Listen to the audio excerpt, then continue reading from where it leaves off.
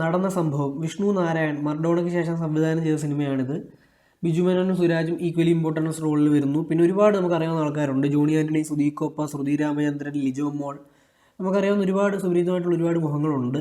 ഒരു comedy drama, അല്ലെങ്കിൽ ഒരു സറ്ററിക്കൽ ഡ്രാമ ജോണിൽ വരുന്ന സിനിമയാണിത്. പിന്നെ ഫസ്റ്റ് ടീസർ എനിക്ക് ഭയങ്കരമായിട്ട് ഇഷ്ടപ്പെട്ടായിരുന്നു. അതിലെ അവസാനത്തെ സീനൊക്കെ നല്ല ആ ഒരു ലൈറ്റ് ഒരു ചിരി നമുക്ക് അവിടെ തന്നെ കിട്ടും.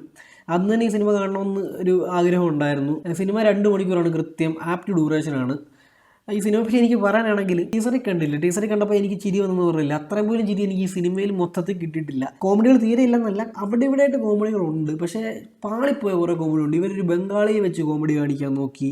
പിന്നെ അതുപോലെ തന്നെ വേറൊരു പാർട്ടിക്കാരെ വെച്ച് കോമഡി, അതായത് സറ്ററിക്കൽ പരിപാടിയാണ് ഉദ്ദേശിച്ചിട്ടുള്ളത്. ഒരു സിസ്റ്റത്തിനുള്ളൊരു കൊട്ടും പരിപാടിയൊക്കെ. പക്ഷേ അതൊക്കെ ഫോഴ്സ്ഡ് ആണ്. അങ്ങനെ കുറേ ഫോഴ്സ്ഡ് കോമഡി. പിന്നെ സുരാജിൻ്റെ 1-2 ഐറ്റം, സുരാജിൻ്റെ ക്യാരക്ടറെ പറ്റി കൂടുതൽ പറയുന്നില്ല, രസമുള്ളൊരു പരിപാടിയാണ്. പുള്ളി അതിൽ നിന്നുകൊണ്ട് തന്നെ 1-2 ബോഡി മൂവ്മെൻറ്റ്സൊക്കെ കൊണ്ട് കുറച്ച് കോമഡി കാണിക്കുന്നുണ്ട്. അത് കൊള്ളായിരുന്നു. പിന്നെ സുധീകോപ്പയുടെ ക്യാരക്ടറും ഒരു പരിധി കഴിഞ്ഞാൽ ഓവറായി. പക്ഷേ എങ്കിൽ പോലും ആ ഒരു സംഭവം ഓക്കെ ആയിരുന്നു. ഒരു മഞ്ഞപ്പത്രം പരിപാടി ഓക്കെ ആയിരുന്നു. പിന്നെ ഞാൻ പറഞ്ഞില്ല, ഇത് കഥയൊന്നും പറയാനില്ല. പറഞ്ഞു കഴിഞ്ഞാൽ ഒരു വൺലൈനേ ഉള്ളൂ ഈ സിനിമ. ഇതൊരു ഷോർട്ട് ഫിലിമിന് പറ്റിയ കഥയാണ്. അതിനെ വലിച്ചാണ് 2 മണിക്കൂറാക്കിയിരിക്കുന്നത്. പിന്നെ എനിക്ക് 150% ഉറപ്പാണിത് OTT മറ്റേ ആക്റ്റീവ് വരുന്ന സമയത്ത് ഡയറക്റ്റ് OTT റിലീസ് ചെയ്യാൻ വേണ്ടി ചെയ്തതാണെന്നുള്ളത് കൺഫേം ആണ്.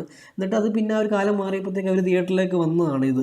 കാരണം ഇത് 2 മണിക്കൂറാക്കാൻ ഇവർ മാക്സിമം പാടുപെടുന്നുണ്ട്. കാരണം ടൈറ്റിൽ തൊട്ട് താങ്ക്സ് കാർഡ് തൊട്ട് ടൈറ്റിൽ കാണിക്കുന്നു. അതൊക്കെ കഴിഞ്ഞ് ഒരു 10 മിനിറ്റ് കഴിഞ്ഞാണ് സിനിമ തുടങ്ങുന്നത്. പിന്നെ അതുകൊണ്ട് സിനിമ തീരുന്നതിന് മുമ്പ് ഒരു 5 മിനിറ്റോളം ഒരു എൻഡ് ക്രെഡിറ്റ്സ് പരിപാടിയൊക്കെ ഉണ്ട്.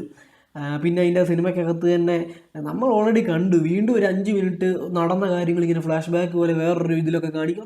ഒന്നും ഒരു ആവശ്യമില്ലായിരുന്നു.